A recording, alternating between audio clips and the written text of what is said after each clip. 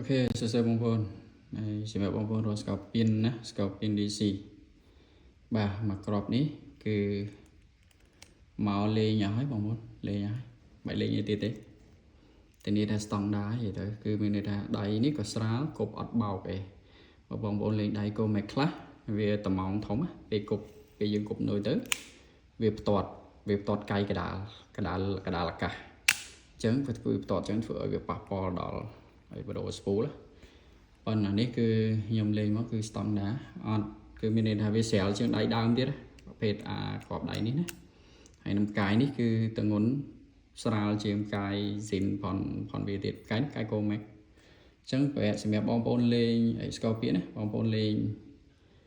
ក្រហមអញ្ចឹងមកគឺវាស៊ីគ្នាឃើញទេវាស៊ីគ្នាបាទនេះសម្រាប់ដុំនេះអីតាគឺស្អាតខ្ពស់ណាស្អាតខ្លាំងបាទដៃលេងនេះក៏ថ្មីដែរដៃលេងនេះអត់មានបលាក់ដីអីទេនេះសឹកនេះតិចតែប៉ុណ្្នឹងឯងសឹកប៉ុណ្្នឹងតែមកញងនេះស្ងាត់ឈឹង DC នៅឆ្វាយដំណើរការធម្មតាទាំងអស់ណាមើលតែតែនេះបាទ Scorpion បាទមានកាយលេងក្របដៃលេងស្រាប់បាទក្របដៃស៊ីនអត់មានទេកាយស៊ីនក៏អត់មានដែរបងប្អូនយកទៅគឺលេងស្រាប់ហ្មងណា